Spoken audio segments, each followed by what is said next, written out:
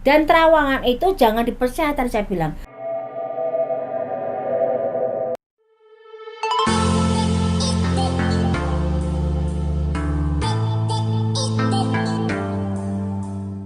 Apapun terawangan saya yang ke depan sudah terlihat, kalau dengan saya bicara, saya kepengen katakan nih, kamu mau jatuh, hati-hati, saya bilang gitu. Waspada. Ya, waspodanya gimana?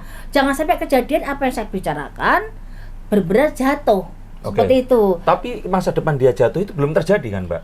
Sebenarnya Bisa dihindari kan? bisa dihindari. Oh. Tapi kalau yang udah takdir benar ya nggak bisa dihindari, Mas. Takdir. Ya. Takdir itu kan. Karena gini, gambaran orang nih, kamu gambaran saya kamu akan jatuh dan satu meninggal. Saya tidak bisa menentukan itu pasti, tapi gambaran saya di situ dia jatuh dan kondisi terkapar. Lah. Tapi terkapar itu kalau kita ngomong kalau kamu usaha dengan coba prihatin juga minta maaf sama yang di atas. Moga-moga ada keajaiban, gambaran saya itu tidak benar. Oke. Gitu. Nah, waktu lihat merah biru itu penglihatannya bagaimana, Mbak? Saya gini, waktu itu saya lihat ada pesawat. Lagi apa itu? Ya. Mbak Yu sedang di apa? sini aja. Saya cuma di sini kadang sampai subuh duduk sendirian gitu. Saya cuma lihat gitu kadang makluk kayak kemarin di mobil saya lihat itu ada lubang gede yang akan jadi pusaran air besar ya. Yeah. Di mana ya? Saya langsung mikir sampai bisa jam 2 malam. Ini ada pusaran air di mana ya kok ada lubang besar seperti itu. Nah, seperti itu juga saya lihat kok seperti sekelas pesawat warna merah. Tapi kok cuma kayak kepleset ya. Yeah. Tak tulis. Kadang-kadang satu ngomong apa aja sama anak buah saya ditulis loh, Mas. Karena kadang-kadang saya bilang besok ada yang kata narkoba. Ini siapa? Kenapa nggak disebutin? Saya lupa. Gitu. Jadi jadi kadang-kadang apa yang dia itu kadang-kadang sama anak sebut karena itu sekilas datang. Iya. Cuman kalau yang pesawat itu saya lihat sendiri langsung saya tulis. Terus saya cuma bilang nih, pesawat saya cuma nggak tahu itu Sriwijaya. Karena gini, kok ada gambaran pesawat ada warna birunya, ada warna merahnya, itu pesawat apa ya? Digambarkan itu pesawat sedang terbang. Enggak, sedang masuk jatuh, air. Sedang masuk ke air. Karena saya bilang, kok saya lihat air laut sedih. Oh. Ini ada apa? Kok kayak pesawat lain dulu ya, saya bilang gitu loh. Zaman lain. Tapi pesawatnya kok warnanya kok biru sama merah. Itu pesawat apa? Dan gitu kan loh. cuma itu yang merah dan biru. Lah siapa nggak tahu Mas itu Sriwijaya, Mas. Artis aja lupa itu tadi kalau nyebut, ya kan. Tapi itu yang dipersani, Mbak. Iya.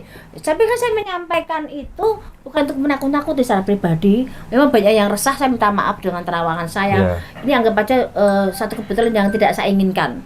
Berarti Mbak Yu pun menganggap ini kebetulan. Iya. Saya dari dulu selalu bicara sama terawangan saya sendiri. Coba dicek silahkan. Apapun terawangan saya, kalaupun itu benar, ambil positifnya dan jangan dipercaya, itu anggap aja kebetulan. Silahkan cek di beberapa media. Saya tidak kepengen, Mbak Yu terawangannya hebat. Enggak. Saya itu bukan tipe yang level gampang dipuji, Mas. Saya termasuk tipe yang lempeng, mau dipuji apa enggak itu enggak ada bedanya. Saya gini-gini aja, enggak ada yang saya siapa sih, enggak. Saya cuman ya saya anak ibu saya nama saya, profesi saya itu ya udah lempeng aja gitu. Belok sedikit ini dari Sriwijaya. Pasti pernah lah, Mbak. Orang pernah datang ke saya juga kok. Mbak, saya mau pasang nomor di Singapura. Boleh enggak minta seperti itu? Mbak kasih atau enggak? Banyak yang minta seperti itu tapi enggak sempat tak kasih. Karena kadang saya mikir, dia punya kok. Dia memalas dan memang dari kebiasaan. Enggak segampang itu tak kasih. Karena gini, Mas. Saya sendiri zaman dulu kan ada nomor yang Mas tiap hari timbul dulu ya. Iya. Itu saya tuh udah berapa kali saya udah dapat gambar nomor. Tapi begitu saya beli enggak pernah dapat gitu paginya.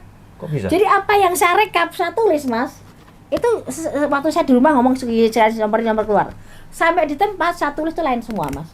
Begitu paginya rekapan keluar, 4 nomor keluar semua. Itu yang begitu bibi saya ngamuk-ngamuk. Bisa lagi nggak usah beli, nggak usah tulis. Sekarang saya bukan tipe orang kalau nomor itu bisa langsung dapat saya tulis. Sekarang nggak boleh.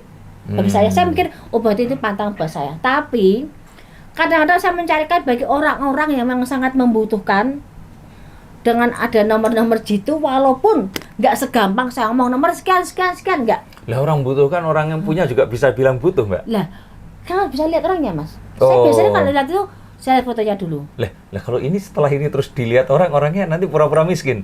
Kan saya lihat fotonya. Orang kan lihat fotonya. Orang ini benar-benar miskin. Iya kan bisa diterawang juga. Iya. Orang ini benar-benar butuh apa enggak? Orang ini seperti ini kan saya ada yang Mbak Yu berbagi. Oh iya. Itu saya bukannya saya milih-milih orang enggak punya, bukan. Maksudnya saya lebih cenderung orang yang sangat membutuhkan akan saya kasih. Tapi untuk yang seperti yang simpel-simpel saya di pinggir jari kasih. Tapi untuk yang sebagian untuk yang Mbak Yu berbagi saya cari tim untuk belusuan nyari yang benar-benar itu. Oke, nah kembali lagi ke SJ tadi. Berarti Mbak melihat ada itu, jelas ada di situ. Ini pertanyaannya, kok Mbak ndak misalkan nelpon atau cari tahu buat memperingatkan, buat lebih hati-hatilah paling tidak. Kenapa Mbak? Saya gini Mas, saya hanya manusia biasa dengan segala keterbatasan saya, dengan segala apa yang jadi kekurangan saya. Saya bisa apa? Saya hanya punya gambaran, ya orang percaya, kalau enggak orang bilang ngamuk sama saya Mas. Oh iya, dikira jadi, gila kita dilema ya, Mas. Jadi saya ngomong salah, nggak ngomong juga akan lebih salah. Jadi saya punya gambaran, saya terawang itu masuk dalam hati saya. Mungkin ada tes kebohongan bisa dilihat. Bahwa apa yang saya lihat itu kepengen kewaspadaan kita bersama. Hidup mati manusia tidak ada yang ngatur. Cuman bagaimana kita untuk menyikapi itu, banyak doa, pasrah, ikhlas, tawakal, saling mendoakan. Itu maksud saya, karena kita di posisi pesawat kan ada rest area Mas. Udah di atas aja pasrah. Pas saya sendiri naik pesawat juga takut ya Mas. Gitu loh Mas. Berarti Mbak Yu pun kalau naik pesawat juga enggak pernah tahu ini pesawatnya jatuh atau enggak. Selalu ada kemungkinan itu. Saya pernah naik berapa hari sebelum kejadian, saya waktu sempat meminta pindah mobil pesawat karena saya punya feeling pesawatnya mau bermasalah merek itu. Nuwun sewu. Lah kalau orang lihat itu Mbak Yu, terus tiba-tiba mau pindah, apa enggak satu pesawat minta pindah Mbak? Waktu itu saya bilang, saya masih punya rekamannya itu. Jadi saya mau berangkat tuh, perasaan saya ada pesawat waktu itu meledak ya, saya bilang. Terus amit-amit semua di mobil seperti itu. Nggak enak saya sampai minta telepon sama yang dari pihak manggil saya dari Bali, bisa nggak ganti pesawat? Dicarikan seatnya kurang. Untuk akhirnya karena jamnya udah ditentukan untuk ruatan ini itu, ya udah kita terpaksa naik itu. Tapi akhirnya kejadian itu? Enggak, pesawatnya saya lain. Yang saya bicarakan itu ada pesawat yang saya tumpangin itu dengan produk yang sama, akhirnya meledak. Karena saya meledak yang kapan tuh Mbak? Itu yang 2017. Oh 2017. Ya. Saya punya videonya semua. Iya. Saya punya rekaman videonya, udah ada semuanya. Itu tak cari ketemu. Karena waktu saya bilang, saya lihat waktu saya di Sanur. Saya bilang saya lihat laut kok ada yang kayak ada yang meledak dalam ya kayak gambar pesawat ya, saya bilang. Terus itu berarti aku semua mau pulang tuh Mas. Begitu mau pulang bau anjir tuh udah nyengat banget tuh Mas. Saya bilang saya mau buat terawangan, saya perasaan saya nggak enak, kayak ada mau kejadian besar. Akhirnya Kamis saya pulang dari Bali, kan naik pesawat saya udah gelisah. Jumat saya buat video, Seninnya kejadian. Itu di 2018 sebelumnya. Tapi di 2017 saya udah buat di akhir tahun bahwa di 2018 akan ada pesawat warna merah ujungnya masuk ke laut hancur habis. Ada di videonya saya. Kalau seandainya memang seperti itu Mbak, pertanyaan berikutnya, sebenarnya itu bisa dicegah atau tidak? Ini semua jalan rezeki apa hidup manusia kita udah ada ngatur Mas. Sehebat-hebatnya orang, apa sepandai-pandainya orang, kalau Tuhan udah punya kuasa bisa apa Mas? Saya bisa ngomong, akan ada kejadian seperti ini, A, B, C. Tapi kalau Tuhan udah punya kehendak, yang satunya nggak bisa, satunya bisa. Kan kita manusia kan cuma wayang, Mas. Gusti Allah yang sudah ngatur semuanya. Tapi kalau kita meminta, terus melakukan usaha, sebenarnya mungkin juga untuk dicegah ya? Nggak segampang itu. Saya satu orang satu mulut. Yang saya hadapi ribuan orang, ratusan orang mungkin. Belum tentu semua percaya dengan terawangan saya. Iya. Jadi saya hanya pasrah, saya mendoakan apa yang saya lihat kejelekan itu tidak terjadi. Itu yang selalu saya terawang dan saya sekali lagi saya tekankan ini hanya terawangan. Jangan diambil hal yang negatifnya. Ambil ini positif buat kita saling waspada, saling berdoa, saling mendoakan dan kita tawakal sama di atas. Dan jangan percaya terawangan. Ini hanya terawangan tuh bicara saya. Kalau pun ada yang benar di luar sana coba dicek di IG saya di YouTube, ini hanya kebetulan saja. Dan saya tidak merasa wah dan saya tidak merasa bangga dengan terawangan saya. Anggap aja kebetulan.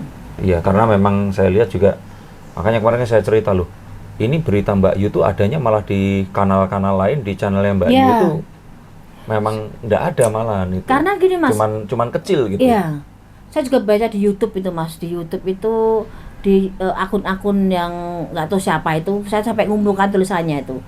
Dipotong Mas, terawangan saya yang panjang dipotong seakan 2021 akan ganti presiden. Saya gambarnya sandingan dengan presiden. Saya kadang mikir, di benak saya pun di benak saya paling dalam pun kalau dites kebohongan boleh, silahkan. Nggak ada pikiran saya itu 2001 akan lengser. Tapi di situ bisa nih 2001 akan presiden akan lengser. Maksud saya itu nanti waktunya masa pergantian presiden pemilu nanti, bukan nanti 2021. Walaupun saya ngomongnya di 2020, betul. terawangan untuk 2021. Tapi saya lebarkan sayapnya seperti saya terawang seperti ini. Iya, cuman itu tadi Mbak. Kalau kembali lagi nih ke SJ 182 itu. Pas kejadian itu, Mbak Yu ada di mana? Maksudnya? Ya pas kejadian hari Minggu itu kan sore, Mbak. Ya. Saya waktu itu sedang syuting YouTube. Di sini? Ya. Panjenengan merasakan apa? Saya buka buku, apa yang salah di terawangan saya buka.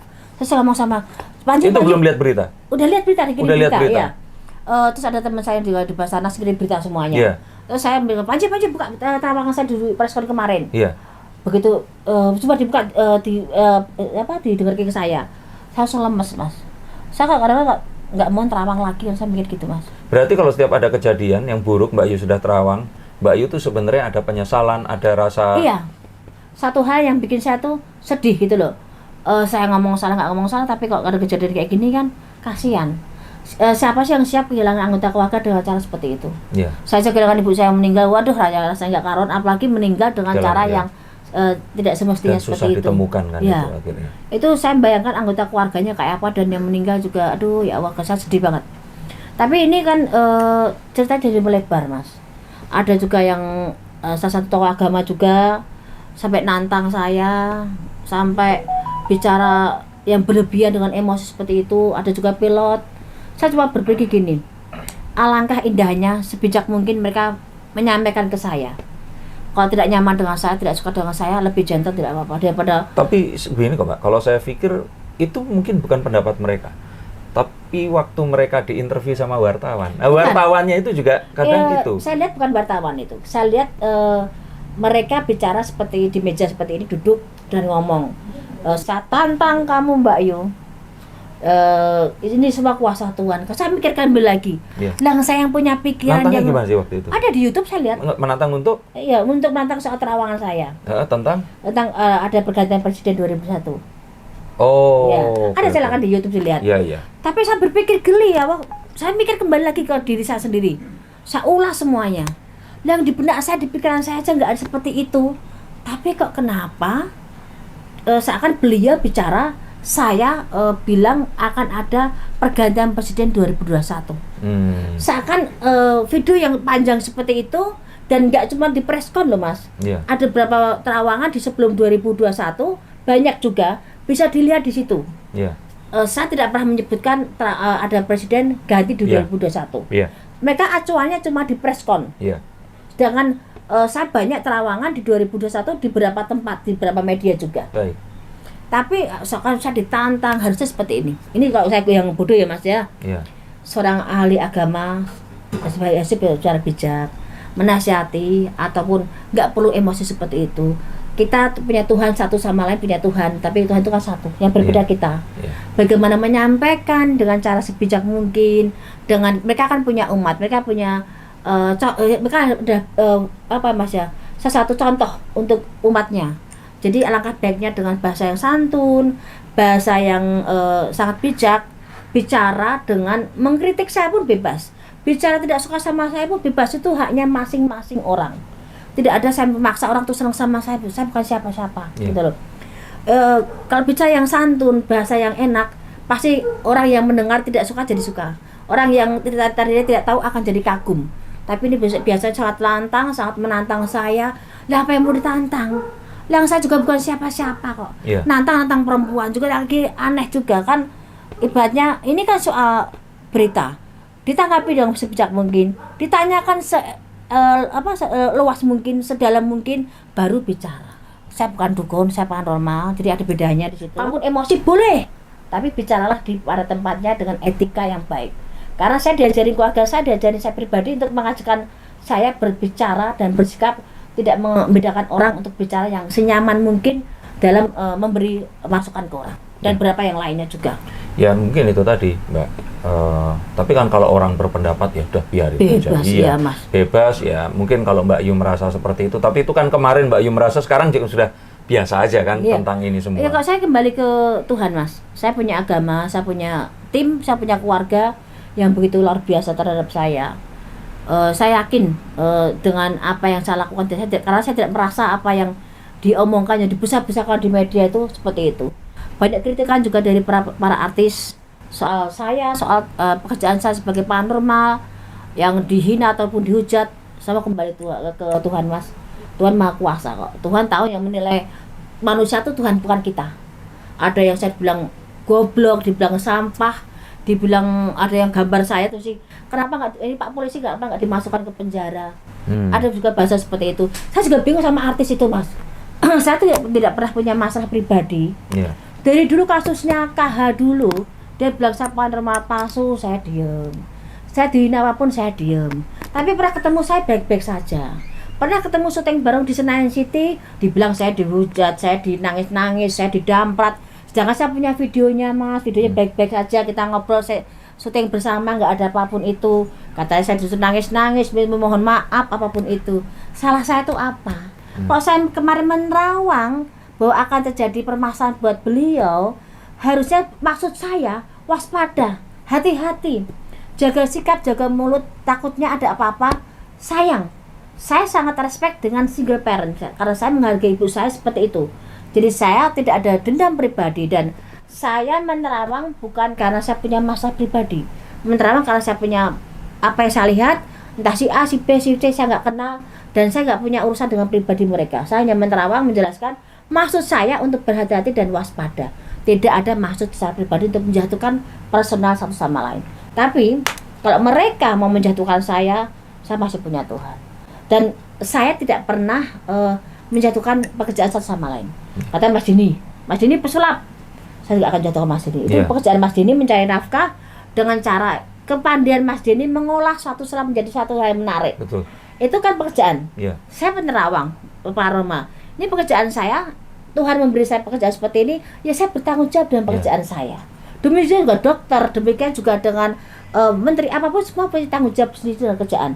Dan tidak perlu menghina profesi satu sama lain. Karena belum tentu yang menghina itu juga benar. Karena bagusnya kita koreksi satu sama lain, kita saling bicara baik ataupun tidak suka, ya udah. Karena ya tapi saya nggak bisa nutup mulut mereka yang itu, Mas. Mungkin merasa mereka lebih, saya memang bukan siapa-siapa. Mereka lebih punya apapun itu, saya bukan punya apa, saya coba seperti ini. Mereka lebih punya linknya, lebih punya hal yang lebih hebat, saya cuma sederhana. Mungkin karena ini, manusianya. Mbak, ada yang orang kadang mereka pun itu nggak serta-merta pengen berpendapat. Itu karena ada orang di sekitarnya bilang, nanya, terus manas-manasin sampai akhirnya dia terpaksa harus mengatakan hal itu tadi. Bisa juga. Walaupun kadang mungkin kita lihat itu di channel mereka sendiri, tapi bisa jadi itu adalah satu pancingan dari orang lain. Nah, pancingan itu biasanya muncul dari stigma. Misalkan, Ninun Sewu bilang misalkan, paranormal itu kan kerjanya sama jin, nggak percaya sama Allah. Nah, misalnya seperti itu. Padahal Mbak Yu Muslim, masih sholat juga, masih ya seperti itu kan orang nggak tahu, Mbak. Nah, terus kalau misalkan ya itu tadi, jangan percaya dukun palsu seperti itu. Ada juga itu yang bilangin, ada penyanyi dangdut juga sama itu beliau itu juga, saya juga nggak tahu maksud saya, cuma bertanya diri sendiri apa masalah saya pribadi dulu ya. Saya nggak pernah punya masalah sama beliau-beliau itu, tapi kok begitu menjatuhkan orang ya, mereka juga punya turunan, mereka juga punya keluarga. Apa yang kita tanam akan dituai, nggak cuma kitanya, bukan keluarga kita atau saudara kita. Saya minta maaf kalau di luar sana merasa tidak terganggu atau tidak nyaman dengan terawangan saya. Tidak ada maksud saya untuk membuat resah.